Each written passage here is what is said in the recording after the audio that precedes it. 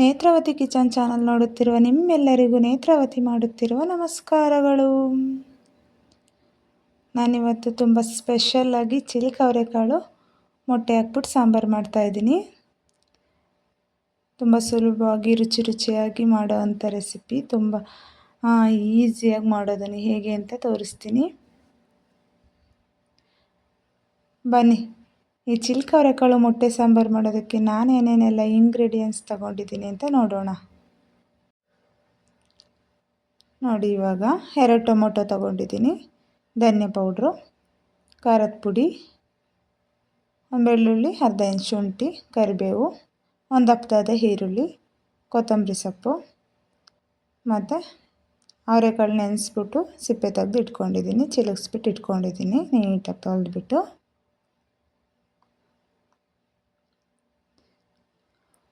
ಮತ್ತು ಸಾಸಿವೆ, ಸೋಂಪು ಕಡಲೆ, 1 ಸ್ಪೂನ್ ಕಡಲೆ, 1 ಸ್ಪೂನ್ ಗಸಗಸೆ, ಸ್ವಲ್ಪನೇ ಚಕ್ಕೆ, ಅರಿಶಿನ ಪುಡಿ ಮತ್ತು ಸ್ವಲ್ಪ ಕಾಯಿ ತಗೊಂಡಿದ್ದೀನಿ, 4 ಮೊಟ್ಟೆ ತಗೊಂಡಿದ್ದೀನಿ. ಓಕೆ, ಇವಾಗ ನಾವು ಮಸಾಲೆ ರುಬ್ಕೊಳ್ಳೋಕೆ ಹಾಕ್ಕೊಳ್ಳೋಣ. ಒಂದು ಜಾರ್ ಇಟ್ಕೊಂಡು ಅದಕ್ಕೆ ತೆಂಗಿನಕಾಯಿ ಹಾಕ್ಕೊಳ್ತಾ ಇದ್ದೀನಿ.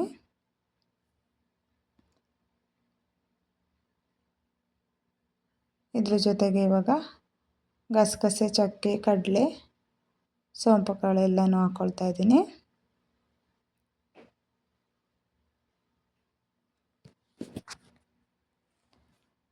ಮತ್ತು ಇದಕ್ಕೆ ಇವಾಗ ಈರುಳ್ಳಿ, ಟೊಮೊಟೊ ಹಾಕ್ಕೊಳ್ತಾ ಇದ್ದೀನಿ.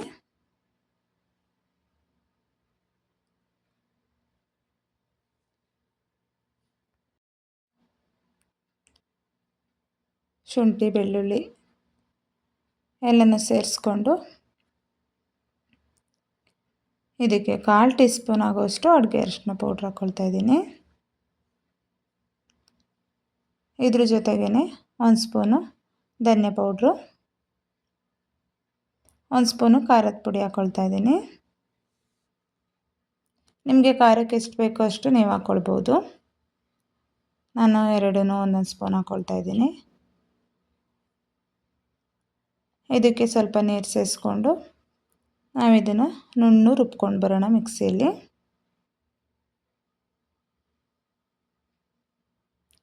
ಓಕೆ, ಇದನ್ನು ರುಬ್ಬಿಟ್ಕೊಳ್ಳೋಣ. ನೆಕ್ಸ್ಟ್ ಇವಾಗ ಒಂದು ಬಾಣಲಿ ಇಟ್ಕೊಂಡು ಬಾಣಲಿ ಚೆನ್ನಾಗಿ ಬಿಸಿ ಆದಮೇಲೆ ಅದಕ್ಕೊಂದು 4 ಟೀ ಸ್ಪೂನ್ ಎಣ್ಣೆ ಹಾಕ್ಕೊಳ್ಳೋಣ. ಎಣ್ಣೆ ಚೆನ್ನಾಗಿ ಬಿಸಿ ಆಗಲಿ. ಎಣ್ಣೆ ಬಿಸಿ ಆದಮೇಲೆ ಇದಕ್ಕೆ ನಾನಿವಾಗ ಒಂದು ಅರ್ಧ ಟೀ ಸ್ಪೂನ್ ಸಾಸಿವೆ ಹಾಕ್ಕೊಳ್ತಾ ಇದ್ದೀನಿ. ಸಾಸಿವೆ ಚೆನ್ನಾಗಿ ಚಟಪಟ ಅನ್ನೋವರೆಗೂ ಬಿಡೋಣ. ಇವಾಗ ಇದಕ್ಕೆ ಈರುಳ್ಳಿ ಸೇರಿಸ್ಕೊಳ್ತಾ ಇದ್ದೀನಿ. ಈರುಳ್ಳಿನ ಚೆನ್ನಾಗಿ ಫ್ರೈ ಮಾಡ್ಕೊಳ್ಳೋಣ. ಈರುಳ್ಳಿ ಕಲರ್ ಚೇಂಜ್ ಆಗೋವರೆಗೂ ಫ್ರೈ ಮಾಡ್ಕೊಳ್ಳೋಣ.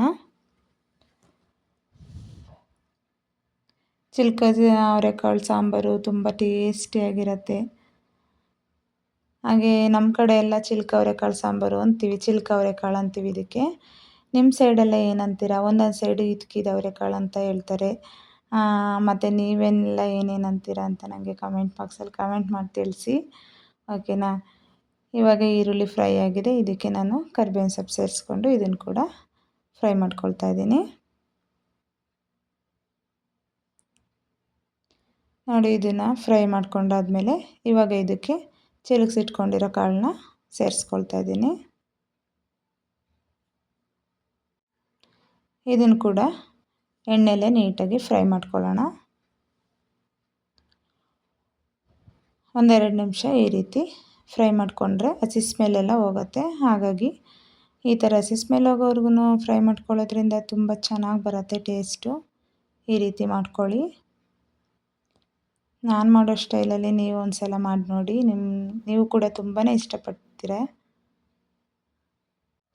ಇವಾಗ ಅವರೆಕಾಳು ಸೀಸನ್ ಆಗಿರೋದ್ರಿಂದ ಅವರೆಕಾಳನ್ನ ಚಿಲುಕ್ಸ್ಬಿಟ್ಟು ಮಾಡಿಕೊಂಡು ಒಂದು ಸಲ ಟೇಸ್ಟ್ ಮಾಡಿದ್ರೆ ತುಂಬ ಇಷ್ಟ ಆಗುತ್ತೆ. ಟೇಸ್ಟ್ ಕೂಡ ಚೆನ್ನಾಗಿರುತ್ತೆ ಅಲ್ವಾ? ಹಾಗಾಗಿ ನಾನು ಕೂಡ ಚಿಲುಕ್ಸ್ಬಿಟ್ಟು ಮಾಡೋಣ ಅಂತ ಹೇಳ್ಬಿಟ್ಟು ಅದ್ರ ಜೊತೆ ಮೊಟ್ಟೆ ಹಾಕಿ ಮಾಡಿದ್ರೆ ಸೂಪರ್.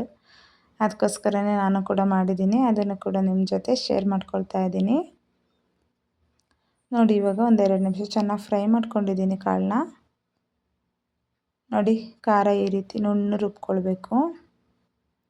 ಇದನ್ನು ಇವಾಗ ಇದ್ರ ಜೊತೆ ಸೇರಿಸ್ಕೊಳ್ತಾ ಇದ್ದೀನಿ. ಇದಕ್ಕೆ ಸ್ವಲ್ಪ ನೀರು ಹಾಕ್ಕೊಬಿಟ್ಟು ಇದ್ರ ಜೊತೆಗೆ ಸೇರಿಸ್ಕೊಳ್ಳೋಣ. ಅಂದರೆ ಜಾರಲ್ಲಿ ಸ್ವಲ್ಪ ಖಾರ ಇರುತ್ತಲ್ವ, ಅದಕ್ಕೆ ಸ್ವಲ್ಪ ನೀರು ಸೇರಿಸ್ಕೊಂಡು ಅದನ್ನು ಇದರೊಳಗಡೆ ಸೇರಿಸ್ಕೊಳ್ತಾ ಇದ್ದೀನಿ. ಇವಾಗ ಇದ್ರ ಜೊತೆ ಚೆನ್ನಾಗಿ ಮಿಕ್ಸ್ ಮಾಡ್ಕೊಳ್ಳೋಣ. ಕಾಳಿಗೆ ಮಸಾಲೆ ಚೆನ್ನಾಗಿ ಹಿಡಿಬೇಕು. ಆ ರೀತಿ ಚೆನ್ನಾಗಿ ಮಿಕ್ಸ್ ಮಾಡಿಕೊಂಡು ಇದನ್ನು ನೋಡಿ ಈ ರೀತಿ ಅದು ಖಾರ ಕುದಿಯೋವರೆಗೂ ನಾವು ಫ್ರೈ ಮಾಡ್ಕೊಳ್ಬೇಕು. ಯಾಕಂದರೆ ಇದು ಮಸಾಲೆನೂ ಹಸಿ ಸ್ಮೆಲ್ ಹೋಗುತ್ತೆ ಈ ರೀತಿ ಫ್ರೈ ಮಾಡ್ಕೊಳ್ಳೋದ್ರಿಂದ. ಹಾಗಾಗಿ ಈ ರೀತಿ ಮಾಡ್ಕೊಳ್ಬೇಕು. ಚೆನ್ನಾಗಿ ಇದನ್ನು ಕೂಡ ಈ ರೀತಿ ಚೆನ್ನಾಗಿ ಕುದಿ ಬರೋ ಥರ ಫ್ರೈ ಮಾಡಿದ್ಮೇಲೆ ಇವಾಗ ನಾವು ಎಷ್ಟು ನೀರು ಬೇಕೋ ಅಷ್ಟನ್ನು ಸೇರಿಸ್ಕೊಳ್ಬೇಕು. ನೋಡಿ ನಿಮಗೆ ತೆಳು ಬೇಕಾ ಗಟ್ಟಿ ಬೇಕಾ ನೋಡ್ಕೊಬಿಟ್ಟು ನೀವು ನೀರು ಸೇರಿಸ್ಕೊಳ್ಳಿ.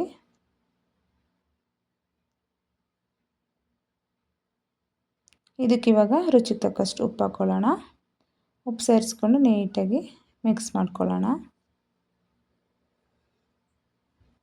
ನೋಡಿ ಇದನ್ನು ಈ ರೀತಿ ಕುದಿ ಬರೋವರೆಗೂ ಹಾಗೇ ಬಿಟ್ಬಿಟ್ಟು ಇವಾಗ ನಾನು ಇದಕ್ಕೆ ಒಂದು ಕ್ಯಾಪ್ ಕ್ಲೋಸ್ ಮಾಡ್ತೀನಿ.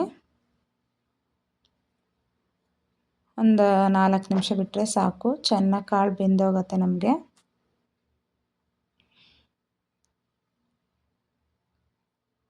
ಇವಾಗ ಓಪನ್ ಮಾಡ್ತಾಯಿದ್ದೀನಿ. ನೋಡಿ ಚೆನ್ನಾಗಿ ಕುದೀತಾ ಇದೆ ಸಾಂಬಾರು. ಕಾಳು ಕೂಡ ಬೆಂದಿದೆ. ಇವಾಗ ನೋಡಿ ಈ ರೀತಿ ಕೈಯಲ್ಲಿ ಚಿಕ್ಕ ನೋಡಿದ್ರೆ ಗೊತ್ತಾಗುತ್ತೆ. ಇವಾಗ ನಾನು ಇದಕ್ಕೆ ಮೊಟ್ಟೆ ಸೇರಿಸ್ಕೊಳ್ತಾ ಇದ್ದೀನಿ. ಈ ರೀತಿ ಡೈರೆಕ್ಟ್ ಹೊಡೆದಾದರೂ ಸೇರಿಸ್ಕೊಳ್ಳಿ, ಅಥವಾ ಆ ರೀತಿ ಆಗಲ್ಲ ಅಂದರೆ ಈ ರೀತಿ ಒಂದು ಬೌಲ್ಗೆ ಮೊಟ್ಟೆ ಹಾಕ್ಕೊಬಿಟ್ಟು ನಾವು ಆಮೇಲೆ ಸೇರಿಸ್ಕೊಳ್ಬೋದು. ನಾವು ಮೊದಲು ಸಾಂಬಾರನ್ನ ತೆಳುವಾಗಿ ಮಾಡ್ಕೊಂಡಿರ್ತೀವಲ್ವ, ಮೊಟ್ಟೆ ಹಾಕಿ ಮೊಟ್ಟೆ ಬೆಂದಾದಮೇಲೆ ಸಾಂಬಾರು ಗಟ್ಟಿ ಬರುತ್ತೆ. ನೋಡಿ ನೋಡಿಕೊಂಡು ನೀವು ಎಷ್ಟು ಹದ ಬೇಕು ಅಂತ ಹೇಳ್ಬಿಟ್ಟು ಮಾಡ್ಕೊಳ್ಳಿ.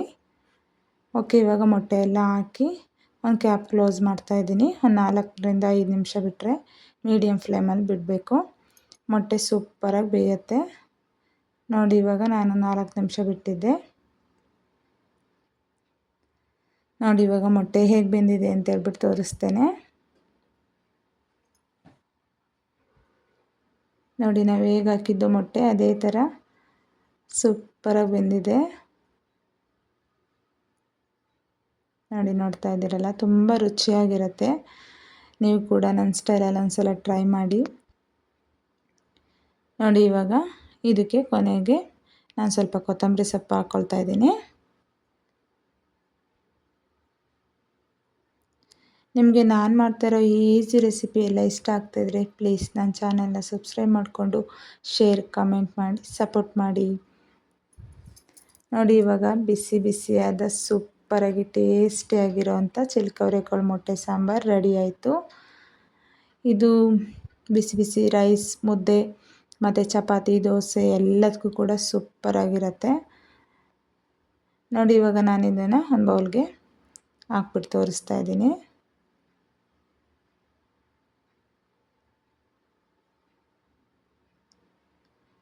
ನೋಡಿ ಸೂಪರಾಗಿರೋ ಚಿಲ್ಕವರೆಕಾಳು ಮೊಟ್ಟೆ ಸಾಂಬಾರು ರೆಡಿ ಆಯಿತು. ತುಂಬ ಟೇಸ್ಟಿಯಾಗಿರುತ್ತೆ. ನೀವು ಕೂಡ ಟ್ರೈ ಮಾಡಿ ಮನೆಯಲ್ಲಿ, ಓಕೆನಾ? ನಾನು ಮಾಡಿರೋ ಈ ರೆಸಿಪಿ ನಿಮಗೆಲ್ಲ ಇಷ್ಟ ಆಗಿದ್ದರೆ ಕಮೆಂಟ್ ಮಾಡಿ, ಹೇಗನ್ನಿಸ್ತು ಅಂತ ಕಮೆಂಟ್ ಮೂಲಕ ನನಗೆ ತಿಳಿಸಿ. ನೆಕ್ಸ್ಟ್ ರೆಸಿಪಿಯೊಂದಿಗೆ ಮತ್ತೆ ನಾನು ನಿಮಗೆ ಸಿಗ್ತೇನೆ. ಅಲ್ಲಿವರೆಗೂ bye bye. Thank you so much. ಹೀಗೆ ನಿಮ್ಮೆಲ್ಲರ ಸಹಕಾರ ನನ್ನೊಂದಿಗಿರಲಿ ಅಂತ ಕೇಳ್ತಾ ಇದ್ದೀನಿ. ನಿಮಗೆ ಯಾವುದಾದ್ರೂ ರೆಸಿಪಿ ಬೇಕು ಅಂದರೆ ಆ ರೆಸಿಪಿ ಯಾವುದು ಅಂತ ನನಗೆ ಕಮೆಂಟ್ ಮಾಡಿ, ಅದೇ ರೆಸಿಪಿನ ನಾನು ಮಾಡ್ತೇನೆ. ಓಕೆ, ನೆಕ್ಸ್ಟ್ ವಿಡಿಯೋದಲ್ಲಿ ಸಿಗ್ತೇನೆ ನೆಕ್ಸ್ಟ್ ರೆಸಿಪಿಯೊಂದಿಗೆ. Bye, thank you.